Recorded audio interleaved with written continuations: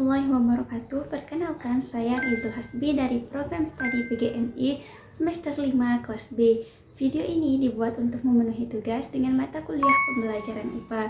Nah, di video ini saya akan membahas yang pertama, apa itu penilaian dan prinsipnya, ruang lingkup penilaian, dan yang ketiga, alasan kenapa sih harus ada penilaian dalam pembelajaran. Kemudian yang keempat, apa yang akan terjadi apabila tidak ada penilaian. Nah, teman-teman pernah dengar nggak sih istilah penilaian? Apa sih yang dimaksud dengan penilaian itu? Yang pertama, pengertian penilaian.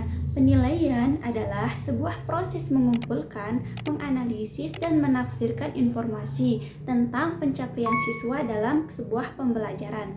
Tujuannya untuk mengetahui sejauh mana siswa memahami materi, keterampilan, dan sikapnya. Nah, penilaian itu memiliki beberapa prinsip. Prinsip yang pertama adalah sahih atau valid. Penilaian itu harus mengukur apa yang seharusnya diukur. Kemudian yang kedua, objektif.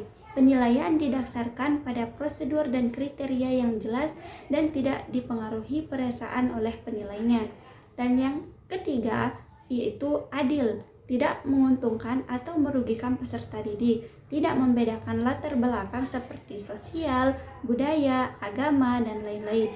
Keempat, yaitu terpadu. Penilaian adalah bagian tak terpisahkan dari kegiatan pembelajaran. Yang kelima, terbuka. Prosedur, kriteria, dan dasar pengambilan keputusan dapat diketahui pihak terkait. Prinsip yang keenam yaitu menyeluruh, mencakup seluruh aspek kompetensi baik itu sikap, pengetahuan, dan keterampilan. Yang ketujuh yaitu berkesinambungan, dilakukan secara terus-menerus dan berkelanjutan. Yang kedelapan yaitu mendidik, memberikan umpan balik untuk memperbaiki proses dan hasil belajar, bukan hanya mencari kesalahan. Yang kesembilan yaitu berorientasi pada kompetensi, mengukur ketercapaian kompetensi yang ditetapkan oleh kurikulum. Dan yang ke-10 adalah praktis, mudah dilaksanakan oleh guru. Nah, apa saja sih ruang lingkup penilaian itu? Ruang lingkup penilaian hasil belajar peserta didik mencakup 3 domain atau 3 ranah. Nah, ranah yang pertama yaitu kognitif, berhubungan dengan kemampuan intelektual seperti mengingat, memahami, menerapkan, menganalisis, mengevaluasi, dan menciptakan. Penilaian ini mengukur penguasaan materi pelajaran siswa.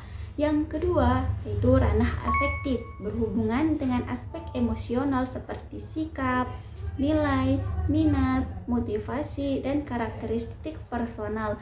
Penilaian sering dilakukan melalui observasi atau penilaian diri. Yang ketiga yaitu ranah psikomotorik yang berhubungan dengan kemampuan gerak dan keterampilan fisik seperti misalnya melakukan eksperimen, menggunakan alat atau alat praktik olahraga. Nah, selanjutnya, kenapa sih harus ada penilaian dalam pembelajaran? Karena penilaian diperlukan karena yang pertama yaitu memberikan umpan balik kepada siswa dan juga guru untuk perbaikan. Yang kedua, memotivasi siswa belajar agar lebih giat. Yang ketiga, membantu guru menyesuaikan metode pengajaran. Selanjutnya, menentukan kemajuan siswa dan keberhasilan program pembelajaran.